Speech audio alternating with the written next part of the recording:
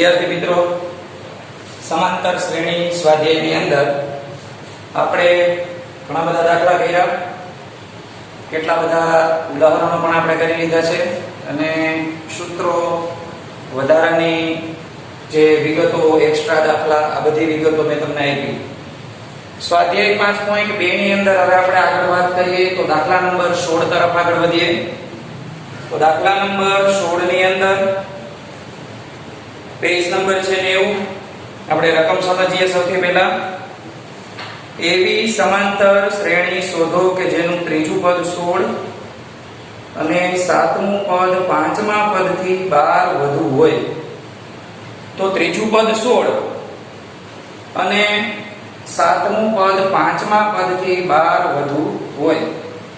આ બે ડિટેલ આપણને આપેલી છે.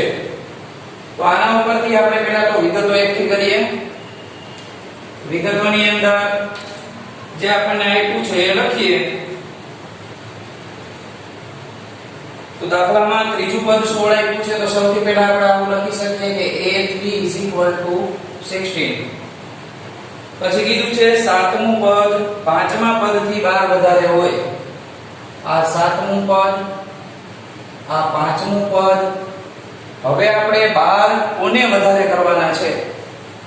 તો આપણે ઊંધી અસર વાળો નિયમ આપણે ગયા વખતે પણ શીખ્યા. લાસ્ટ લેક્ચરમાં પણ આપણે વાત કરી કે ભાઈ આ a7 છે સાતમું પદ, એ પાંચમા પદથી 12 વધારે છે. તો આપણે બેને સરખા કરવા હોય તો આ વધારે છે તો આને નહીં વધારી શકાય, પણ આપણે ઊંધી અસર મુજબ આ a5 લખેલા છે એની અંદર 12 નો વધારો કરશું. આ એક ખાસ ધ્યાન રાખવાનું. જો આ શરૂઆતની વિગત જ આપણાથી ખોટી થશે તો દાખલાનો જવાબ કોઈ પણ રીતે આવશે નહીં. સાતમું પદ પાંચમા પદથી 12 વધારે હતું એટલે કે આ વધારે હતું તો આપણે આને વધારે કર્યા. હવે ડિટેલની અંદર આગળ આપણે જોઈએ તો દાખલાની અંદર આપણે શ્રેણી બનાવવા માટે શું કરી શકીએ? તો આપણું મુખ્ય સૂત્ર an બરાબર a plus n minus 1 into d. આમાં આપણે a3 ની વિગત લખીએ એટલે કે પહેલા આ વિગતો આપણે લખીએ. તો a3 ની વિગત આપણે આ રીતના લખી શકીએ. a3 a plus 3 minus 1 into d. a3 આપણને 16 એટલે કે 16 આપેલા છે તો 16 બરાબર a plus 2d. આવી રીતે કરી અને આપણે નંબર 1 એટલે કે પહેલું સમીકરણ જે છે એ આપણે મૂકી દઈએ. હવે બીજી વિગત જે આપણી પાસે છે એની ડિટેલ આપણે લખવાની થાય. કઈ ડિટેલ છે તો કે a7 a5 plus 12. તો આ વિગતને લખવા માટે આપણે એને થોડોક અલગ તીર કરીને દર્શાવીએ. તો a7 ને આપણે આ પદમાં મૂકવાનું છે. a7 ને આ પદમાં આપણે મૂકવાનું છે. તો a7 એટલે કેટલા થશે?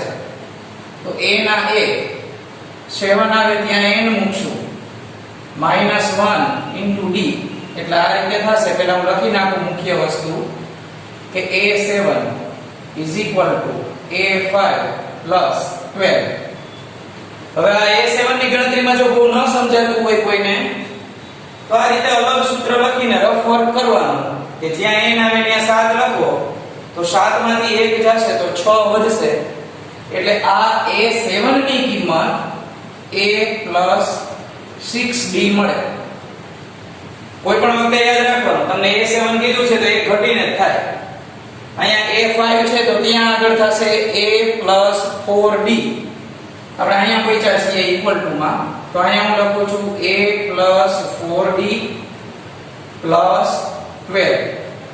તો આ ડિટેલ આપણે a5 ની આ લખી છે, a7 ની આપણે અહીંયા આગળ લખી છે ડિટેલ અને અહીંયા 12 વધારાના લખ્યા છે. બંને બાજુએ જે વસ્તુ આપણી પાસે કોમન છે એ બે બાજુથી આપણે કટ કરી શકીએ. તો આમાં આપણને a સામાન્ય દેખાય છે તો અહીંયા 6d, આ 4d છે અને આ બાજુ લઈ લઈએ તો માઈનસ થશે. 6 માંથી આપણે 4 બાદ કરીએ તો 2 વધશે. 2 ને ગુણાકારમાંથી ભાગાકારમાં લઈ જાય તો d ની કિંમત આપણને 6 મળે. હવે આ d ની કિંમત જે આપણને 6 મળી છે એ સમીકરણ 1 માં આપણે જે અગાઉથી લખી રાખી છે એમાં મૂકવાની થાય. એક વખત રકમમાં આપણે ફરીથી જોઈ લઈએ તો રકમની અંદર આપણને જે વાત કરી છે કે એવી સમાંતર શ્રેણી શોધો. તો આપણે સમાંતર શ્રેણી શોધવી હોય તો a અને d ની જરૂર પડે. તો આપણી પાસે d મળી ગયો છે. આ d ની કિંમત સમીકરણ 1 માં મૂકી દઈએ તો સમીકરણ 1 માં d બરાબર 6 મૂકતા અહીંયા 6 મૂકીએ આપણે a + 2b = 16 ની અંદર d દેખાય ત્યાં 6 મૂકવાના છે. અહીંયા 6 મૂકીએ એટલે ગુણાકાર થશે 2 6 12. આ 12 છે એ સામે લઈ જશું આપણે એટલે બાદ થશે તો 16 માંથી 12 બાદ કરીએ તો a ની કિંમત આપણને 4 મળે. હવે a ની કિંમત આપણને જે મળી ગઈ છે એને શ્રેણીના વ્યાપક સ્વરૂપમાં મૂકીએ તો શ્રેણીનું વ્યાપક સ્વરૂપ એટલે હું લખું છું સમાંતર શ્રેણી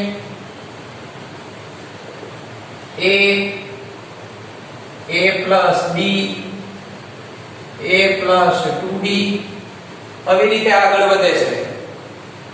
આની અંદર a એટલે 4 લખશું પહેલા, વળી પાછા a plus b એટલે કે 4 + 6, પછી 4 + 2 ગુણ્યા 6, 4 + 3 ગુણ્યા 6. આ રીતે કન્ટિન્યુ તમે અમુક પર લખી શકો. સાદું રૂપ આપીએ 4 4 ને 6 10. અહીંયા 6 2 12 થશે એટલે 4 માં 12 ઉમેરવાના થશે. 6 3 18 એટલે કે 4 માં 18 ઉમેરવાના થશે. તો શ્રેણી આ રીતે બને 4 10 12 ને 4 16 અને 18 ને 4 22. તો આ રીતે આપણને માગેલી શ્રેણી મળે દાખલાની અંદર. હવે પછીનો દાખલો જોઈએ, દાખલા નંબર 17. તો 17 માં દાખલાની વિગત આપણે એક વખત સમજી ગયા છીએ. અગાઉ પણ આપણે આવો દાખલો આવી ગયો છે. આપણે ફરીથી રિપીટ કરીએ એટલે થોડી જૂની રીત યાદ આવી જાય. 3 8 13 શ્રેણી આપી છે આપણને 3 8 13. પછી અંતિમ પદ પણ આપી દીધું છે 253. આ 253 નું છેલ્લેથી આપણે જોઈએ છે છેલ્લેથી 20મું પદ. તો છેલ્લેથી 20મું પદ શોધો. તો આ ડિટેલ માટે આપણે એવું કહ્યું હતું શ્રેણીને ઉલટાવેલી હતી. તો સૌથી પહેલા આપણે ચેક કરવું પડે કે આની અંદર d એટલે કે સામાન્ય તફાવત કેટલો વધતો જાય છે. તો અત્યારે આપણે જોઈએ તો a બરાબર કેટલા થશે 3, d બરાબર 8 માંથી 3 જશે તો 5.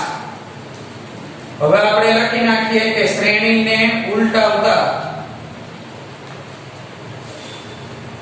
તો આ શ્રેણીને ઉલટાવીએ આપણે તો 253 વાળું પદ છે એ આપણે an એટલે કે l તરીકે લીધું હતું એ હવે આવી જશે આગળ.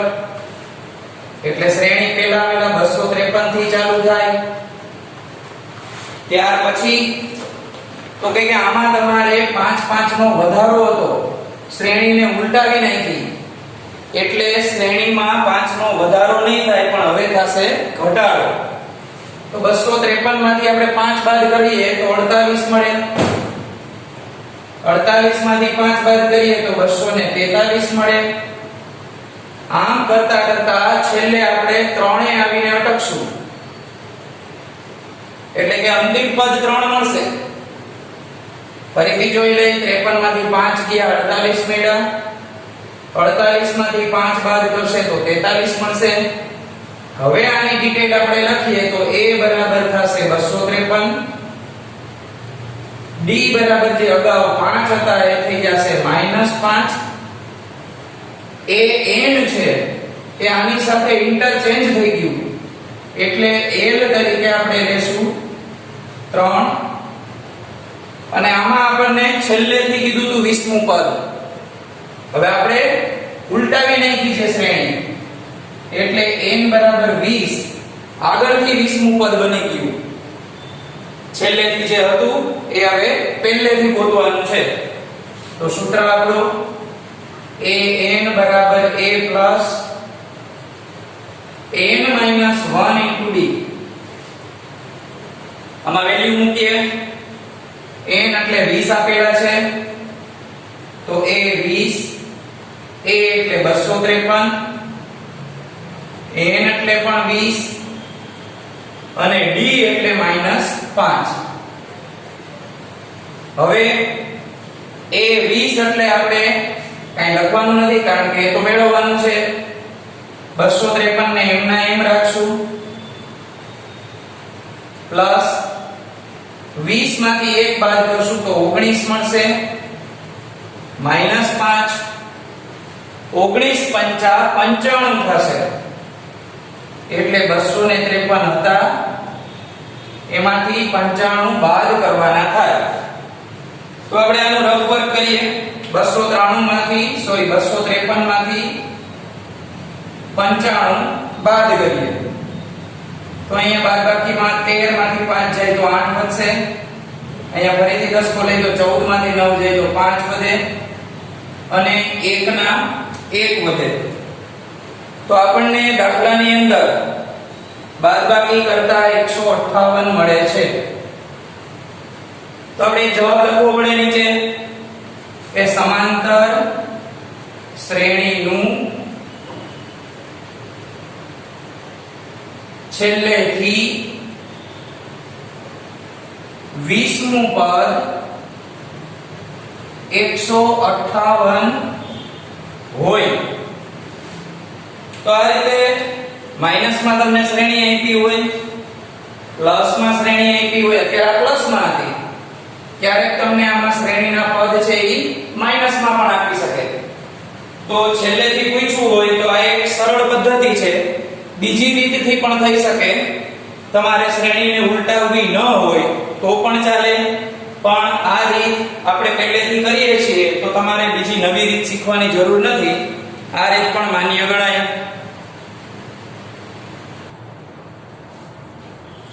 ચાલો ત્યાર પછી દાખલા નંબર 18 માં પેજ નંબર 90 આપેલા છે. એક સમાંતર શ્રેણીના ચોથા અને આઠમા પદનો સરવાળો 24 છે અને છઠ્ઠા અને 10મા પદનો સરવાળો 44 છે. તો પહેલા આપણને જે વિગત આપી છે એ લખી લઈએ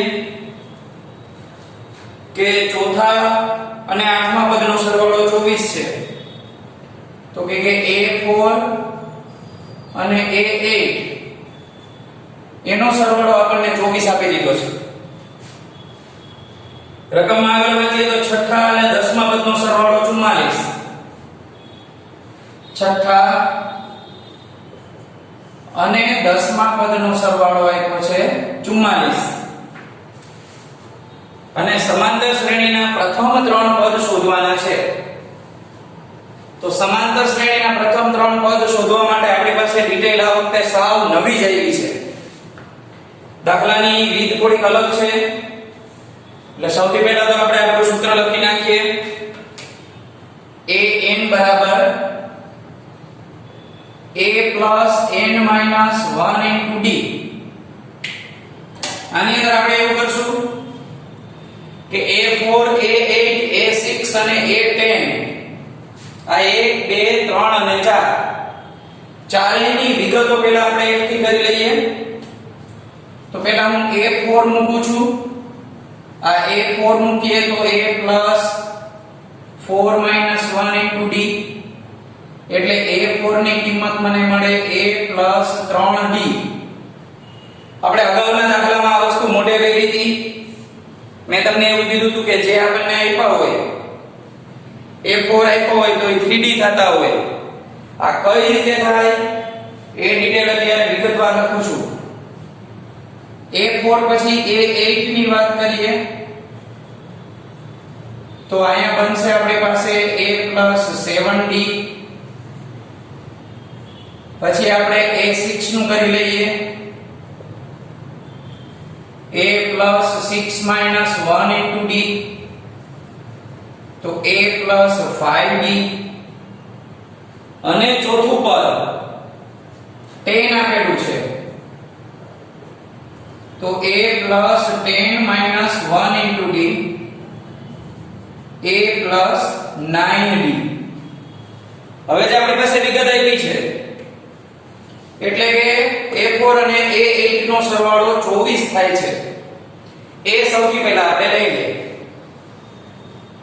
કે A4 અને A8 નો સરવાળો 24 થાય છે. હવે A4 એટલે આપણે કેટલા લીધા હતા A plus 3D. આની કિંમત અહીંયા મૂકી દઈએ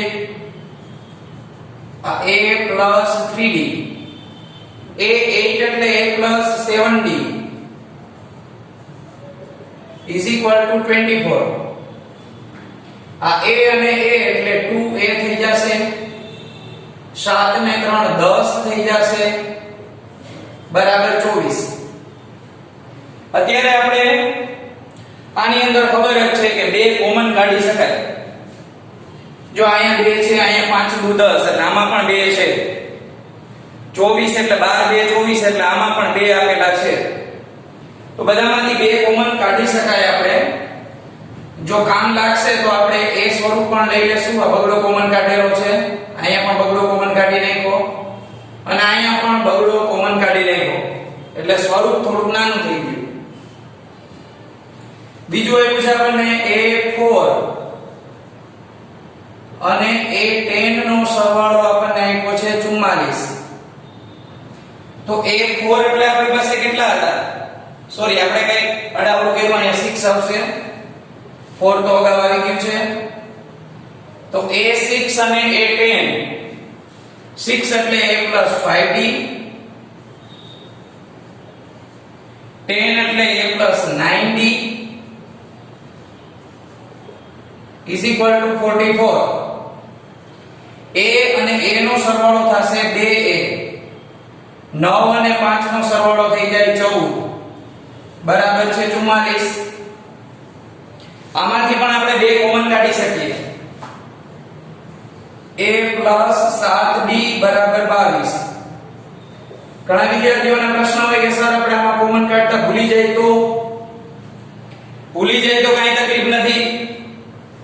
જવાબ તો સરખો જ આવવાનો છે પણ માત્ર ગણતરી તમારે થોડી લાંબી થાય. હવે અહીંયા આગળ આપણે બે સમીકરણ મેળવ્યા એટલે આપણે લોપ લેવાની વાત થાય કે બંને સમીકરણનો આપણે લોપ લઈ લઈએ.